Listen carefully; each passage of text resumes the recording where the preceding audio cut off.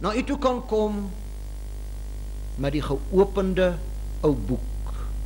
Die boek, die woord, wat 'n lig op ons pad en 'n lamp vir ons voet is. Die boek wat so vol van wonderlike beloftes is vir u volk, maar ook net so vol van waarskuwinge.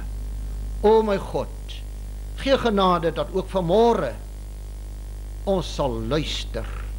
En Here, waar u klag teen u volk so dikwels was, dat die ore van hierdie volk het doof geword en hulle harte het stomp geword, bid ek vanmôre, o Here, neem weg daardie stompheid en neem weg daardie doofheid. En gee ons genade, Here, om weer saam met 'n jong Samuel te sê, spreek Here, u dienskneg en u diensmaagd luister. Ag Here, verlos ons tog van ons onbetrokkenheid. Ag Here, hoeveel duisende is daar nie oor hierdie land wat hierdie dinge saam met ons glo nie, maar hulle is nie betrokke nie. O Here ons God, bring ons tot die besef dat die tyd is kort. Gebruik ook hierdie boodskap daartoe in Jesus naam. Amen. Skoon tog, ek wil net ek kan nie 'n glasie water vanmôre hier nie, en my stem sou my dalk in die steek laat. Maar ek gaan dan nog maar so lank voort. My liewe broer en suster, my liewe toehoorder, ek wil vanmôre met u praat oor 'n baie belangrike, maar ek glo baie aktuele, 'n baie warm onderwerp. En dis naamlik die ekonomiese toestand van ons land en van die wêreld op hierdie oomblik. En daarom is die titel van my boodskap die groot ekonomiese ineenstorting. En as my skriflesing wil ek dan vereers met u saam lees uit Openbaring hoofstuk 18. Diegene van u wat meer rustig ook weer hierdie dinge wil bestudeer, u kan gerus my boek Openbaring, wat ek in 1962 geskryf het, dis 25 jaar gelede, en ook my verklaring van hoofstuk 18 daarin weer nagaan. En ek is daar seker van, u sal met my saamstem, dat dit maar gister geskryf kon gewees het. Ons lees dan Openbaring hoofstuk 18 vanaf die eerste vers, ek lees nog uit die ou vertaling. En na hierdie dinge het ek 'n engel sien neerdaal uit die hemel met groote mag, en die aarde is verlig deur sy heerlikheid.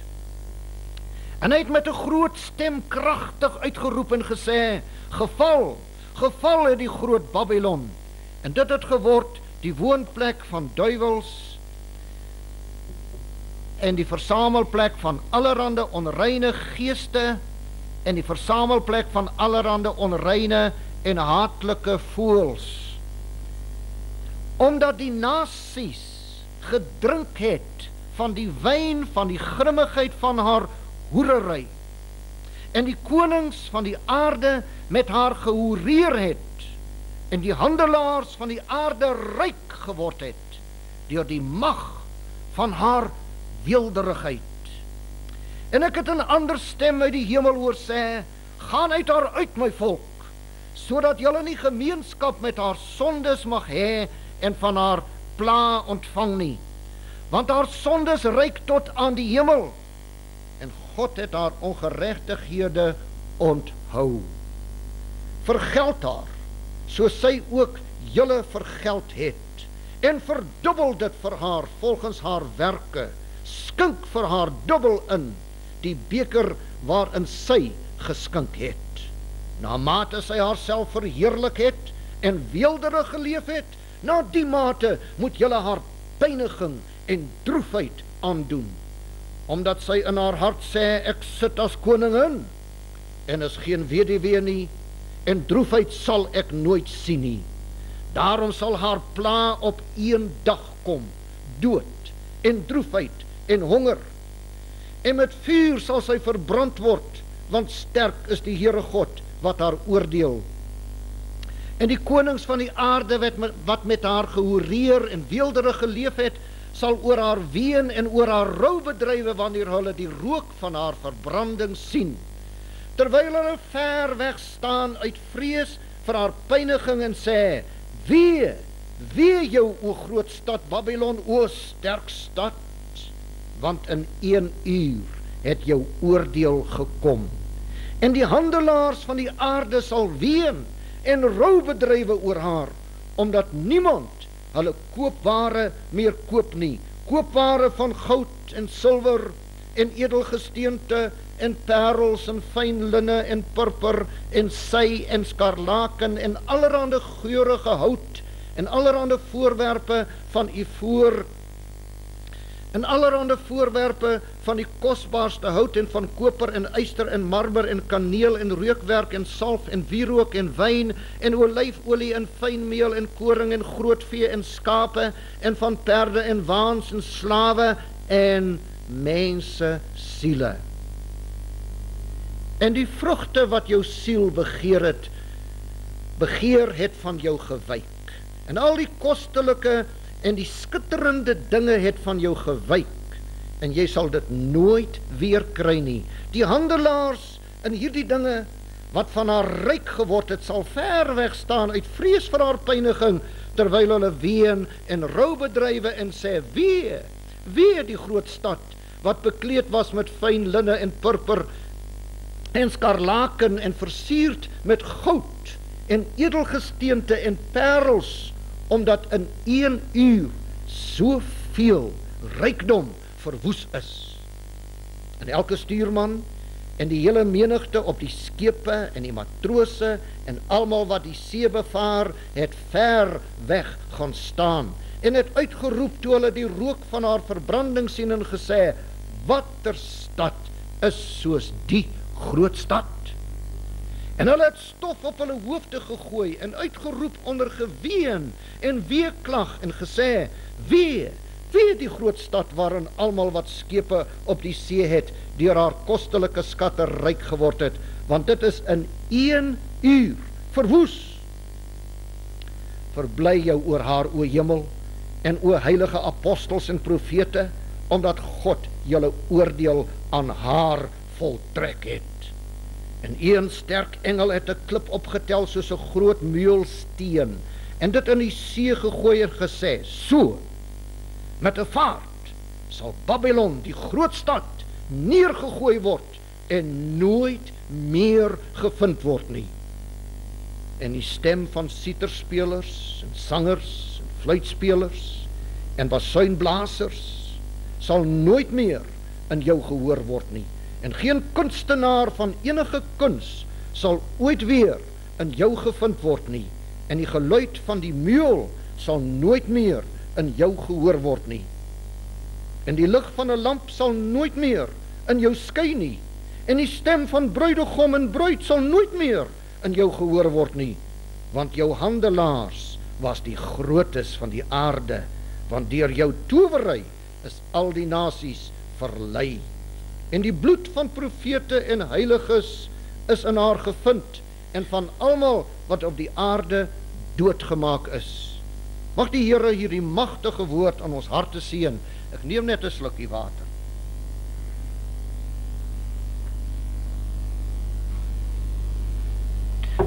Liewe toehoorders, my onderwerp dan, die groot ekonomiese ineenstorting. Ek lees vir u weer verse 8 en 10 en 19, en ek sal natuurlik baie ander verse ook nog in die loop van die boodskap met u herhaal. Vers 8. Daarom sal haar pla op een dag kom, dood en droefheid en honger, en met vuur sal sy verbrand word, want sterk is die Here God wat haar oordeel. Vers 10. Terwyl hulle ver weg staan uit vrees vir haar pyniging en sê, wee jou o groot stad Babylon, o sterk stad, want in 1 uur het jou oordeel gekom. En dan ook vers 19. En hulle het stof op hulle hoofde gegooi en uitgeroep onder geween en weeklag en gesê, wee die groot stad, waarin almal wat skepe op die see het, deur haar kostelike skatte ryk geword het, want dit is in 1 uur verwoes. My liewe toehoorder, op die 5de Oktober 1975 het ek 'n boodskap in vereniging gebring met die titel Is 'n wêreldwye finansiële ineenstorting onvermydelik. U kan gerus vir ons skryf of bel of op watter manier ook al vra as u belangstel dat ons vir u daardie kaset kan stuur. Dis 'n boodskap wat ek 12 jaar gelede gebring het. Hy is so op datum dat hy ook maar net sowel gister gebring kon gewees het. Die meeste van ons het dit seker vergeet, maar net 'n paar dae van tevore, dis nou voor die 5de Oktober 1975, dis 12 jaar gelede, is ons rand met 17,9% gedevalueer. Dit het ons destyds met 'n geweldige skok getref. Ek gaan nie ingaan op die redes daarvoor nie, maar dit is na aanleiding van daardie gebeurtenis wat ek daardie boodskap gebring het. Nou, hierdie afgelope paar weke, weer Oktober, maar hierdie keer 1987, is die wêreld geruk deur die skielike ineenstorting van die aandelemark. Daar het tonele plaasgevind in jou aandelebeurse die wêreld oor, wat al klaar in baie opsigte absolute bevestiging was van wat hier in Openbaring 18 geskryf is. Daar het selfs mense selfmoord gepleeg. Daar is van die makelaars wat doodgeskiet was, as gevolg van die verliese van honderde duisende van dollars. My broer en suster, ons staan op die randjie van hierdie dinge se finale vervulling. Die mens het mos sy waarde en sy hele vertroue op geld gestel, en veral op goud en op silwer en op edelmetale. Maar my broer en suster, al hierdie dinge was net vir ons 'n bewys hierdie afgelope week dat dit in 1 nag, in 1 uur absoluut waardeloos kan word. Jy kan nie goud en silwer eet nie. Kom ons kyk net wat sê die profete net vinnig. In Sefanja 1 vers 18, en Sefanja 1 beskryf ook vir ons hierdie tyd waarin ons lewe, lees ons, hulle silwer of hulle goud sal nie in staat wees om hulle op die dag van die grimmigheid van die Here te red nie, maar deur die vuur van sy ywer sal die hele aarde verteer word, want hy sal 'n end maak, ja 'n verskriklike, aan die inwoners van die aarde. Ek lees vir u Jesaja hoofstuk 2 en vers 20. En hulle sal gaan in die spelonke van die rotse en in die gate van die grond, vanweë die skrik van die Here en om die heerlikheid van sy majesteit ontwil, as hy hom klaarmaak om die aarde te verskrik. In die dag sal die mens sy silwer afgode, of dit nou kreurrande is, of goudstawe, wat hy gekoop het, om vir hom sekuriteit te gee, laat dit wees wat dit wil. In die dag sal die mens sy silwer afgode, en sy goue afgode, wat hy vir hom gemaak het, om voor neer te buig, weggooi, vir die molle, en die vlermuise, om te gaan in die skure van die rotse, en in die klowe van die kranse, vanweë die skrik van die Here, en om die heerlikheid van sy majesteit ontwil, as hy hom klaarmaak om die aarde te verskrik. laat die mens toch staan, wie se asem in sy neus is, want hoe min is hy werd. Nou my broer en suster, feitlik onmiddellik, na die geweldige ineenstorting van 2 weke gelede of so, het goud natuurlik sommer skielik geweldig geklim. Die rede daarvoor is in enige tyd van krisis, gryp die mens nou na wat hy dink sy sekuriteit is, en vir hom is natuurlik die grootste sekuriteit is natuurlik goud of silwer. En so het dit ook opgeskiet, het ons dit ook duidelik gesien. Maar weer eens sê ek vir u, my broer en suster, jy kan nie goud eet nie. U onthou nog die van u wat gelees het? As nie baie van ons hier vanmôre wat in daardie tyd geleef het nie, maar daar is 'n paar van ons. In 1929 het hulle in Duitsland met kruiwaans vol geld tou gestaan voor bakkerye om 1 brood daarmee te koop. Oornag, skielik, het hulle geld net waardeloos geword. Daarom moet ons ook na hierdie dinge baie sorgvuldig kyk. Dis 'n geweldige onderwerp, en ek wil dit probeer vir u so goed as moontlik in die tydjie wat tot my beskikking is, werklik waar vanmôre op die hart lê, dat u miskien ander mense hier sal uitstap as wat u hier ingekom het. Met hierdie geweldige opskiet van goud, en dit word verwag deur kenners, dat hy nog nie baie lank van hier af nie, oor die $500 gaan wees, en nog selfs baie meer as dit, dat wanneer die goud geweldig opgeskiet het, en almal gereken het dat hulle sekuriteit daarin sal vind, dan, omdat hier baie ander profesieë in betrokke is, sal Rusland, wat die tweede grootste goudprodusent na Suid-Afrika is, op haar gegewe moment, maar natuurlik ook onder dwang van God, want hy sal haar met hakke in haar kake ook uittrek, met andere woorde haar ook dwing op 'n moment wat sy nog nie heeltemal klaar was daarvoor nie, sal Rusland haar goud op die wêreldmark dump, om dan daardie groot goud wat almal so op vertrou het, dit in een oomblik weer waardeloos te maak. Dan volg natuurlik die absolute chaos, en dan ook onmiddellik die verrassingsaanval waarvan God se woord vir ons so duidelik vertel in Esegiel 38 en 39, wat in ons boekie kan lees daar op die tafel, Rusland in profesie. Dit was natuurlik ook deur Lenin al in 1917 voorspel. En weer eens 'n vervulling van Openbaring 18 in 1 dag, in 1 uur. Met andere woorde, hierdie dinge gaan skielik kom.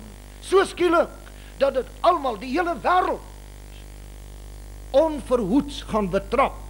En ek wil vanmôre vir u sê, dat dit wat nou in Oktober gebeur het, 'n paar dae gelede en nog nie heeltemal tot bedaring gekom het nie, is maar 'n oefenloopie.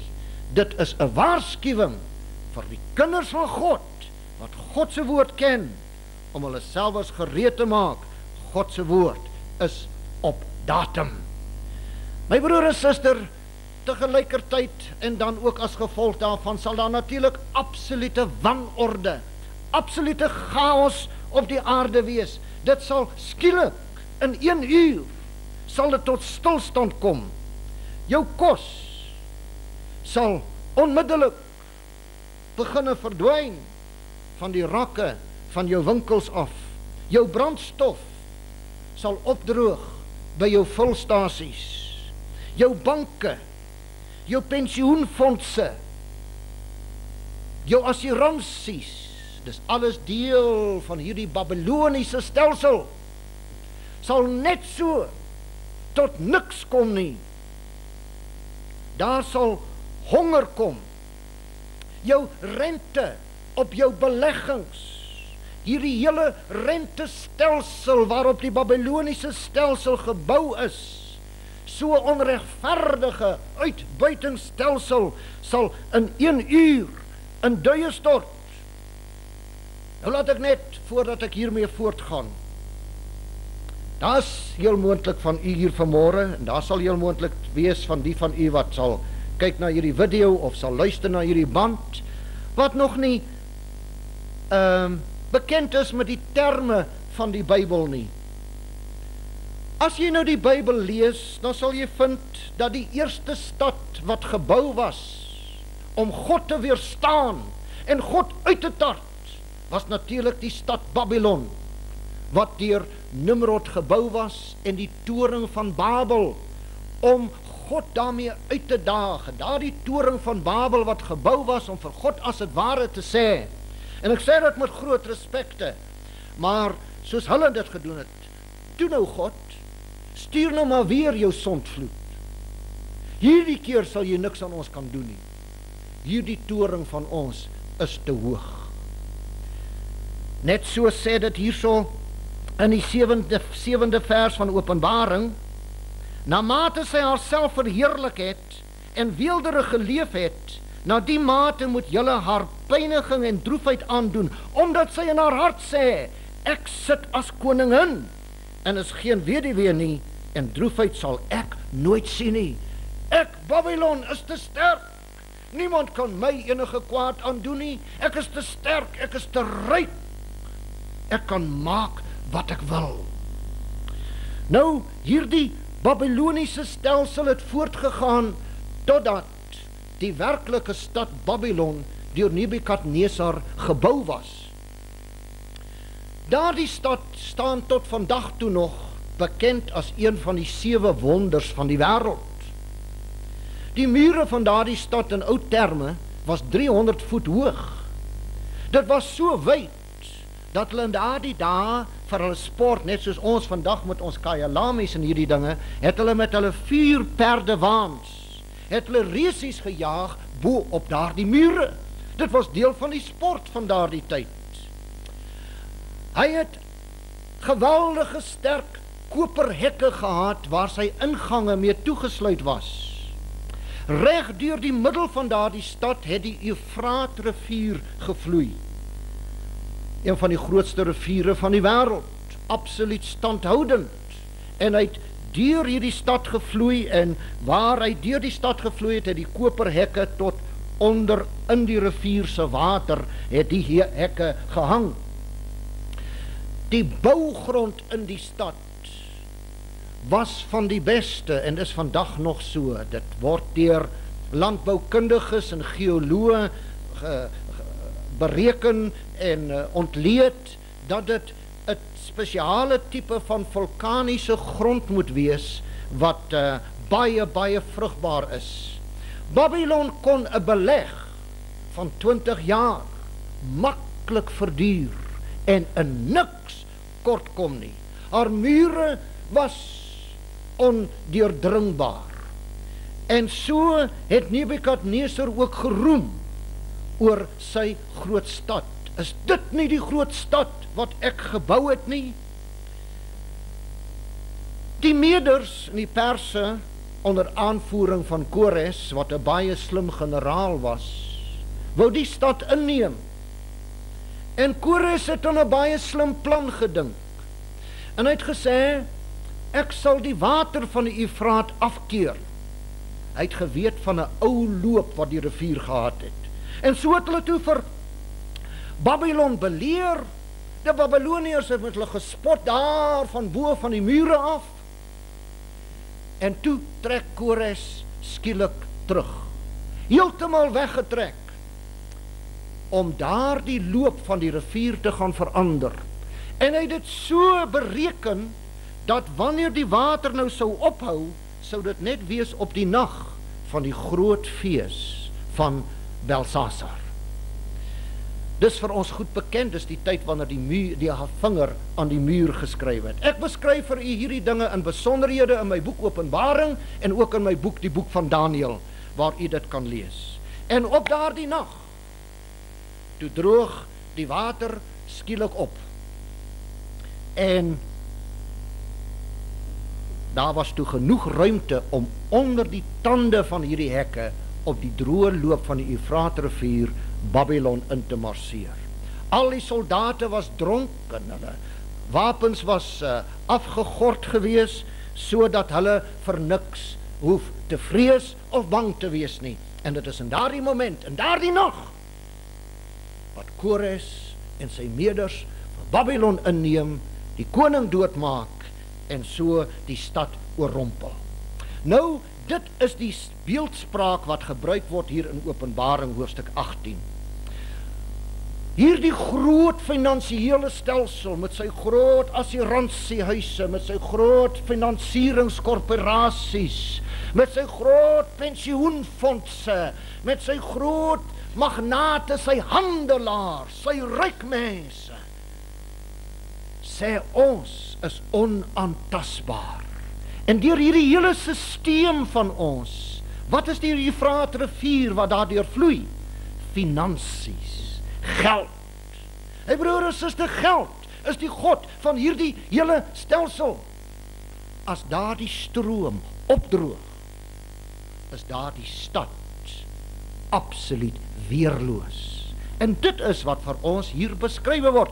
U moet onthou, ek maak dit vir u baie goed duidelik in my boek Openbaring, omdat Openbaring die laaste boek van die Bybel is, gebruik Openbaring al die terme en simboliek en beeldspraak vanaf Genesis tot by Judas, die laaste boek voor Openbaring. As jy dit nie verstaan nie en dit nie insien nie, sal jy Openbaring nooit verstaan nie. Nou maar goed, my broer en suster, dit is dan net by wyse van verduideliking. Ons kom dan nou terug.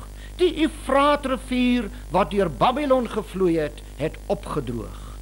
So is finansies die simboliese Eufraat wat deur hierdie stad vloei.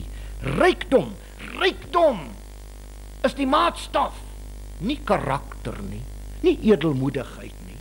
Dit maak nie saak in hierdie stelsel of jy 'n skurk is, of wat ook al nie, solank jy net nie in die tronk kom nie. Die handelaars, die rykes, is die edeles van hierdie aarde. Hulle is diegene wat na geluister word. En dit is wat Openbaring 18 vir ons so duidelik maak. Nebukadneser het in die vallei van Dura, toe Babylon nog in sy vleur was, het hy daai groot beeld van goud opgerig. Dit is nou die geskiedenis van die 3 Hebreëse jongmanne wat in die vuurhoond gegooi was. Daar moes almal hierdie beeld aanbid en daar het Nebukadneser goud, geld, mammon gekroon, amptelik gekroon as die God van hierdie wêreld. Daarom sê die Here Jesus, jy kan nie God en mammon dien nie. Jy sal nooit verstaan wat die Here Jesus bedoel het, as jy nie die Bybel werklik verstaan, waar hierdie term vandaan kom nie. Daarom sê die Here Jesus ook, soek eers die koninkryk van God en sy geregtigheid, en al hierdie dinge sal vir jou bygevoeg word. Maar die mens doen dit nie. Hy soek nie na die koninkryk van God nie. Hy soek na geld. Hy soek na status. Hy soek na posisie. Kyk maar op ons televisie, kyk in ons koerante, kyk in ons hele openbare lewe, my broer en suster. Ons het net nou gehoor van ons jong mense, die musiek en al die dinge, alles is daarop gemik, en dit onder geld, jou massamedia, jou kommunikasiemedia, alles om ons volk te verlei en te verslaaf in hierdie Babyloniese stelsel. Hoe sal ons ontvlug, my broer en suster? God gaan hierdie stelsel vernietig, hy gaan hom verpletter, soos 'n meulsteen gaan hy hom in die diepte van die see werp. En ek wil vanmôre vir u sê, dit wat nou gebeur het in Oktober, is u waarskuwing, en is my waarskuwing. Moenie as alles nou weer regkom nie, jy sien mos nou hoe word die aandelemarke word nou weer as het ware daai kurwes gelyk gestryk en al die golwe word tot bedaring gebring. Dis kunsmatig. Hierdie handelaars weet hoe om dit te doen. Ek sal u nou verder van hulle vertel. Ons gaan nou net die kaset omruil en dan sal ek voortgaan. Goed. Ons gaan dan voort. Jou rentestelsel, jou handelaars, jou banke, jou bougenootskappe, jou finansieringskorporasies, jou huurkope, dit sal vanmôre interessant wees.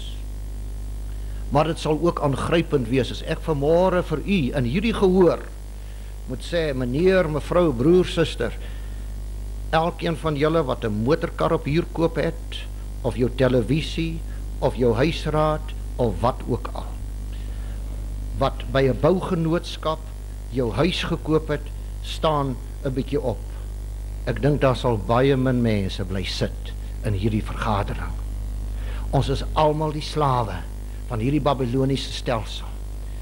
Die moment wat jy daardie stuk wat jy op huurkoop gekoop het, of dit jou motorkar is of wat ook al, vir hom klaar betaal het, hoeveel meer het jy nie vir hom betaal as wat jy vir hom sou betaal het as jy hom kontant kon koop nie? Hoeveel sal jy die dag vir jou huis betaal het wat jy by die bougenootskap gekoop het teen die tyd dat jy met hom klaar is? Meer as dubbel. Hang af van jou termyn, miskien amper 3 keer. En waar gaan daar die geld vandaan wat die muurtjies, die slafies inbring? Dit gaan in die koffers van die handelaars. Dit gaan in die koffers van hierdie groot magnate wat hier sit soos 'n koning en sê, niemand sal my ooit pyniging aandoen nie. Maar hulle het hulle selfs misreken met die God van die hemel. Hulle het self misreken met die koninkryk van God wat gaan kom. Maar my broer en suster, wat nie op 'n vals fundament gebou gaan word nie, dus hierdie hele stelsel moet vernietig word. Ek kan vir u nog baie verder ingaan op hierdie saak, wat uit Babylon uitgekom het. Ons godsdienste vandag, ons kerke, baie van ons gebruike kom uit ou Babylon uit, waar God se volk in ballingskap heen gevoer is. U sal baie daarvan kry in my boek van Openbaring. Maar my broer en suster, kom ons gaan verder voort. Ons een groot waarskuwing, die ekonomie. Maar my broer en suster, dit wat nou gebeur het op die aandelemark is nie die enigste nie. Jy weet die Bybel sê in die mond van 2 of 3 getuies staan 'n saak vas. Ek wil vir u nog 'n paar bakens vanmôre wys, wat op hierdie stadium almal in 'n reguit lyn lê. Met ander woorde, hulle wys almal op hierdie dag van afrekening. Ons sien almal wat in die Persiese Golf aan die gang is, wat aan die gang is in Iran, en hoe dat Iran dreig om die Golf van Hormuz te sluit. Ons weet dat die wêreldse olie, wat 'n groot persentasie kom daarvandaan. Japan byvoorbeeld is 100% afhanklik van die olie uit die Persiese Golf. Gaan staan Japan se olie vandag, dan stort binne 'n uur die Japanse aandelemark absoluut in duie. En Japan is so ryk. My broer en suster, ek is daar seker van, daar's nie 'n huis, of feitelik nie 'n huis, waar daar nie 'n Japaneese artikel in is nie. Hoeveel van u het vanmôre op u arm polshorlosies van Japan? Ek dink amper hierdie hele stelsel is seker ook in Japan gemaak, waar ons hierdie band opneem. My broer en suster, jou kassette, jou radio's, jou motorkar, hoeveel van ons ry nie met Japaneese motorkarre nie? Japan het swaar belê, want wat maak hy met sy geld? Hy het swaar belê in Amerika, swaar belê in Europa. As Japan in duie stort met sy geld, dan onttrek hy daardie geld. En so is die hele wêreld alleen as gevolg van dit in 'n absolute onmiddellike finansiële krisis. Maar Iran, volgens die jongste inligting, en dit is die inligting van 'n paar dae gelede wat ek van oorsee gekry het, is dat Iran is op 'n baie goeie voet met Rusland. Rusland is besig om 'n spoorlyn te bou dwars deur Iran vanaf Afghanistan. Iran is al reeds besig om baie van sy olie uit te voer deur Rusland. Iemand het my nou die dag gesê wat verbonde was aan 'n sekere organisasie waar hy vir 'n paar jaar in Iran moes werk, en dit was nog in die tyd van die Shah. Hy sê daar loop 'n gaspyp vanaf Iran na Rusland, waar 'n man van 6 voet regop in kan staan. So nou gekoppel is Iran aan Rusland. Nou gaan lees nou 'n bietjie Esegiel 38, en dan sien jy dat een van die lande wat saam met Rusland sal optrek om God se volk te vernietig, is Iran of Persië. So daar is nog 'n baken. My broer en suster, daar is die bevolkingsontploffing. Dit word bereken dat binnekort sal die wêreldbevolking op 6 biljoen staan. Die wêreld kan homself reeds nou al nie voed nie. My volgende baken is jou vigs, jou AIDS, jou vigsgevaar, waar ons gewaarsku word dat vigs staan op die punt om die hele Afrika uit te wis. Dat dit 'n gevaar is soos van die gevare wat ou beskawings skielik uitgewis het. My broer en suster, daar is vir u nog een groot baken, dat ons in daardie tyd lewe. Die Here Jesus het gesê, dit sal wees soos in die dae van Noag. En ek wil net vir u sy woorde hier lees, dat ek nie een foutjie daarmee maak nie. Ek lees vir u uit Matteus hoofstuk 24. Matteus hoofstuk 24, vers 36. En is eienaardig dat hier ook van 'n uur gepraat word. Maar van die dag en die uur weet niemand nie. Ook die engele van die hemele nie, maar net my Vader alleen. En net soos die dae van Noag was, so sal ook wees die koms van die Seun van die Mens. Want net soos hulle was in die dae voor die sondvloed, toe hulle geëet en gedrink het, getrou en in 'n huwelik uitgegee het, tot op die dag dat Noag in die ark gegaan het en nie verstaan het voordat die sondvloed gekom en almal weggevoer het nie, so sal ook wees die koms van die Seun van die Mens. En nie verstaan het nie. Hey broer en suster, die massas mense verstaan nie. Hulle weet nie wat aangaan nie. Hulle sê ook 'n boodskap soos hierdie is maar net bangmakery. Dis maar net 'n wolf skreeuery. Maar dank God, my broer en suster, ons verstaan, omdat God vir ons in sy woord lei.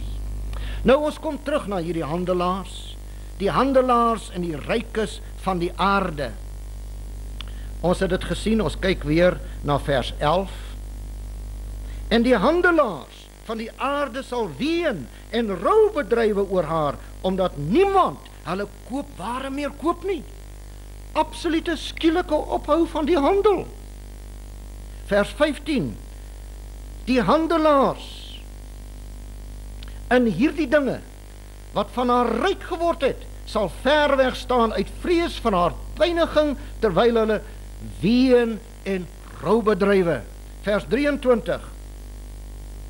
En die lig van 'n lamp sal nooit meer in jou skyn nie, en die stem van bruidegom en bruid sal nooit meer in jou gehoor word nie, want jou handelaars, jou merchants, was die grootes van die aarde, want deur jou towery is al die nasies verlei.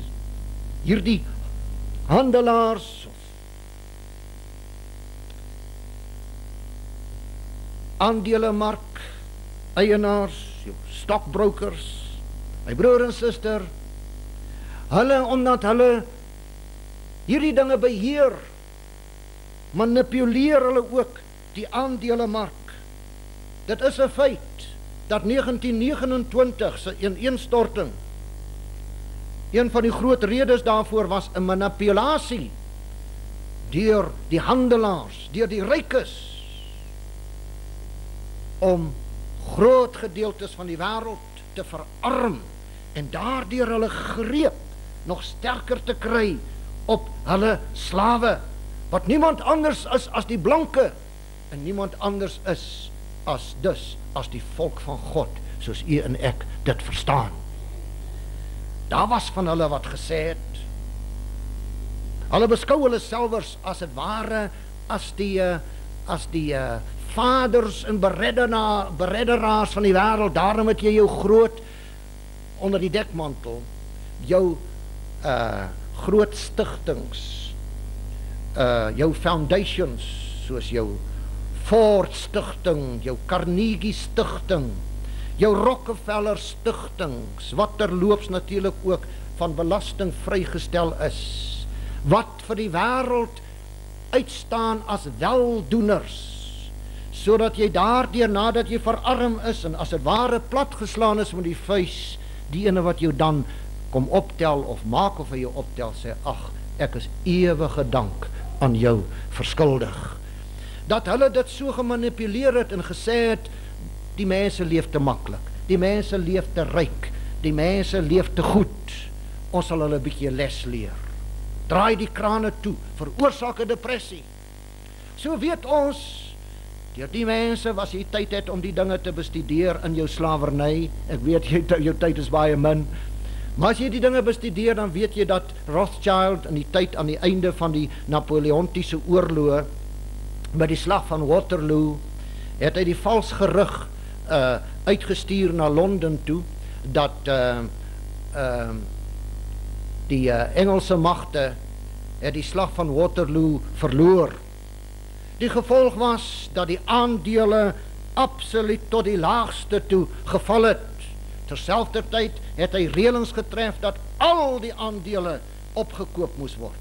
Die volgende dag of 'n paar dae daarna, toe kom die berig deur, nee, dit is net andersom. Die Engelse het die slag van Waterloo gewen en die kontinentale magte het dit verloor. En die gevolg was, die aandele het sommer hemelhoog gestyg en Rothschild en sy genote was natuurlik nog extra miljonairs daarna. Die rykes van die aarde wat absoluut alles kan manipuleer. My broer en suster, u en ek in hierdie stelsel, die gewone man, kan niks doen nie. God alleen sal ons kom uithaal. En daardie tyd is naby en hierdie aandele ding wat nou plaasgevind het, is een van die waarskuwings vir u en vir my. Skielik in 1 uur. Luister, die Here Jesus vertel vir ons die gelykenis van die ryk dwaas. Daai dwaas wat vir hom sy skure afgebreek het en groter gebou het en sê, nou het ek genoeg, nou sal ek vir my siel sê, lewe lekker. Die Here sê, in daardie nag sal daar aan sy deur geklop word en vir hom gesê het, jou dwaas, in hierdie nag word jou siel van jou opgeëis. My broer en suster, hierdie dinge is vir ons alles waarskuwings en is vir u en vir my 'n groot boodskap vanmôre. O, die gebed van my hart is dat God tog ons volk se harte sal wakker maak en ons sal het besef hoe op datum en wonderlik hierdie ou Bybelboek is. Ek wil afsluit met die 13de vers. En kaneel en reukwerk en salf en wierook en wyn en olyfolie en fynmeel en koring en groot vee en skape en van perde en waans en slawe en mense siele. As u daardie handelsware optel, sal u vind dit is 31. Daar was 31 handelsartikels hier genoem. waar die handelaars in handel gedrywe het. En die laaste wat genoem word, waar handel in gedrywe was mense siele.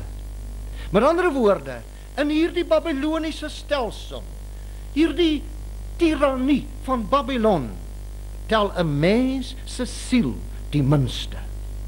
Hy tel minder as kaneel, hy tel minder as wierook, hy tel minder as olyfolie, en so aan.